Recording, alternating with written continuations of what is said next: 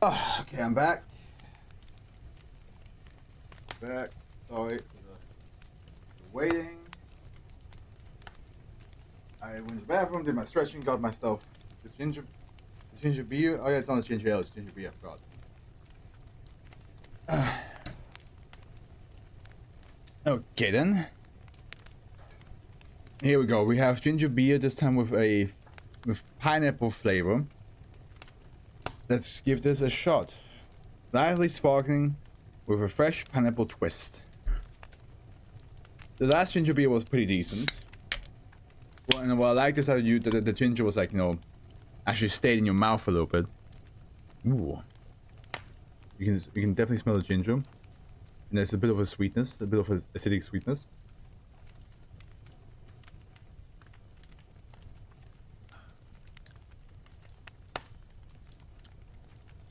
I remember like last time, it was not like overly sweet. This is the same case here. 5 natural ingredients: water from the UK, pineapple from Kenya, ginger from Tanzania, agave from Mexico, and lime from Kenya. It's a little bit bland.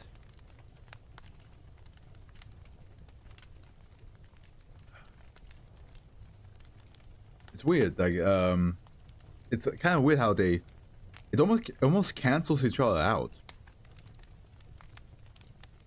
Like there's like a moment I can almost taste the pineapple, but then it's not there. And there's a moment where I almost taste the ginger, but then it's not there. At the end, like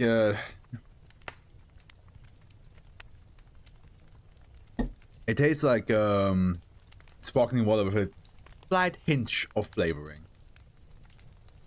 Compared to the original one, I would say this is less strong, like less up there with how good it tastes. Again, probably like a lot healthier than the regular ginger beers. But yeah. Alright, we have canned bread. And it's really interesting because canned bread does not have an author's page, but we have had the name pop up quite a few times. We had the name pop up quite a few times. One day at a time. One day at a time. Because Keller. Special containment procedures. SCP-3096 is to be. It's kind of funny seeing that the procedure to contain it is bigger than the actual description. Is to be kept in a standard storage locker in the high security wing or side at all times. Is to be exposed to an Einstein pulsar temporal field (FTF) with a temporal coefficient of plus 1.0125. Two redundant. It's already like almost like 1 in the morning. God Jesus.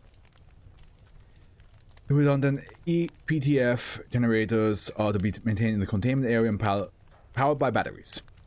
Agent Graham is to be protected from harm at all costs, so to that end, he is to be kept in high security residence at protected site. He may not be given any assignment in the field until the commencement of operational repulsion is approximately 6 months. He has been fully briefed on the content of this document. For the sake of clarity, all documentation of events concerning the object or Agent Graham are to be described in terms of their temporal relations to the present, example 1 year ago, rather than with a date and time. Description: SCP-3096 is a bar magnet measuring 6 times 1 times 0.5 centimeters, with its south pole unpainted and its north pole painted red. At any given time, SCP-3096 was initially contained approximately 10 years ago by Agent Graham. For example, if the current year is 2017, it was contained in 2007. Ah.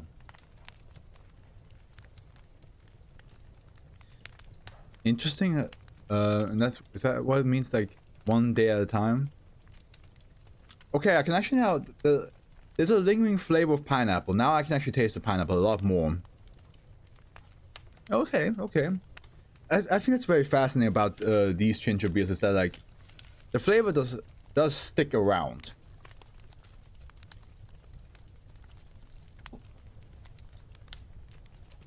Agent Graham is 34 years of age.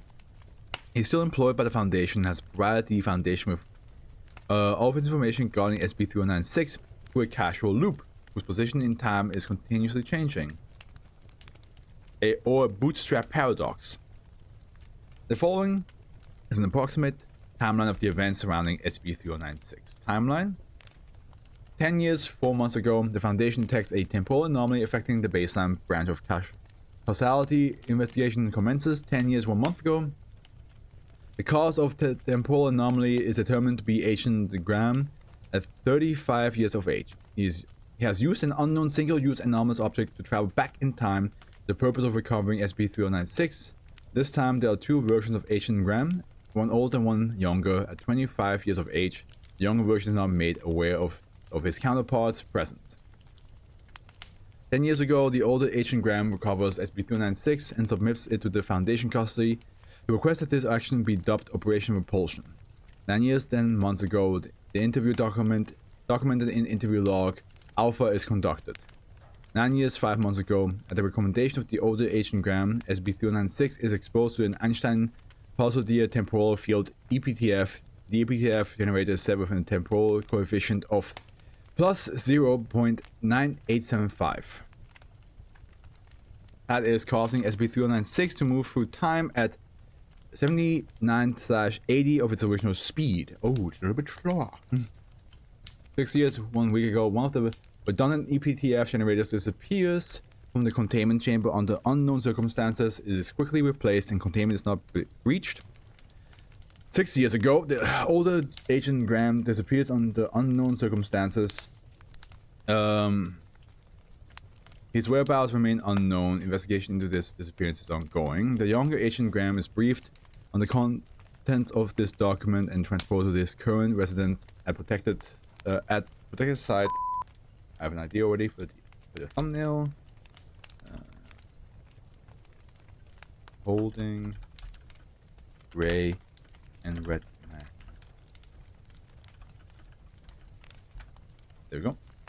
7 months ago, based on recommendation given by the older Agent Graham before his disappearance, the EPTF generator is reset with a temporal coefficient of plus 1.0125.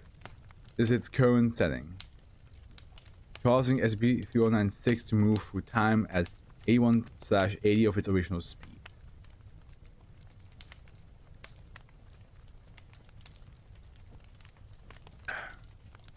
Now, SCP-3096 is in containment. 5 months in the future, an unknown anomalous object enters the Foundation's possession, allowing the younger Agent Graham to travel back in time to the beginning of this timeline. Details about the exact nature of this object were withheld by the older Agent Graham. 6 months in the future, the younger Agent Graham, at 35 years of age, is dispatched on operational repulsion. So, and then it will just begin for this to happen again. Interview log Alpha. The following interview was conducted 9 years and 10 months ago.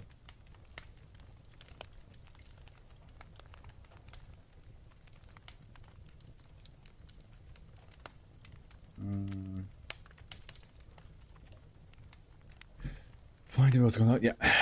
Interviewer, Dr. Puzzle Foundation Temporal Mechanics, and Agent Graham older.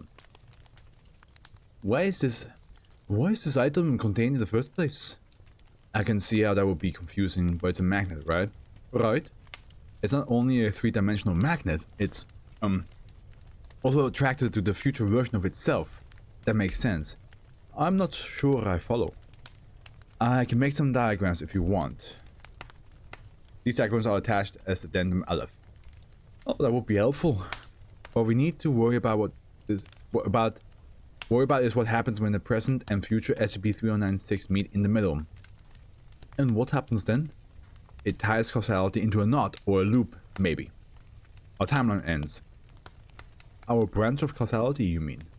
Yes, our branch of causality. Causality? I say causality, but I don't know if that's actually how you say it. Causality. Causality ends and folds in on itself. Imagine the planet Earth moving back in the past, again and again and again. Every atom of matter in the universe will do the same. In what? And what? Will it fill the universe with an infinite amount of matter in no time at all? Exactly. Plus an infinite amount of energy. I don't think I've ever seen a temporal anomaly quite like that. How do we even begin to contain it? Well, if I recall correctly, you're working on something related right now, speeding things up and slowing them down in time, right? I am. Not that I know how it works, but in the future where I come from, we slowed down the present, no the past. No past, no earlier version of the magnet by 1/80th, and we speed up the future version by the same amount. We'll call that effect an Einstein-Pulsodier temporal field. Where did you get that number? 1/80th? Some kind of paradox. Where else? Fair. Oh, that's fair. Then the Aleph diagrams. These are the 3 diagrams provided by the older ancient gram 9 months and 10 years ago. Diagram 1, causality, time. Totally non-anomalous causality, matter moves through time in one direction. Damn. Diagram 2, SCP-3096 in containment. So now it's like, wow. The red rectangles represent SCP-3096, and the green did I say 392 before? It's 396. And the green curves represent EPTFs, pushing it 2 iterations apart. Causality proceeds as normal. The red rectangle, yeah.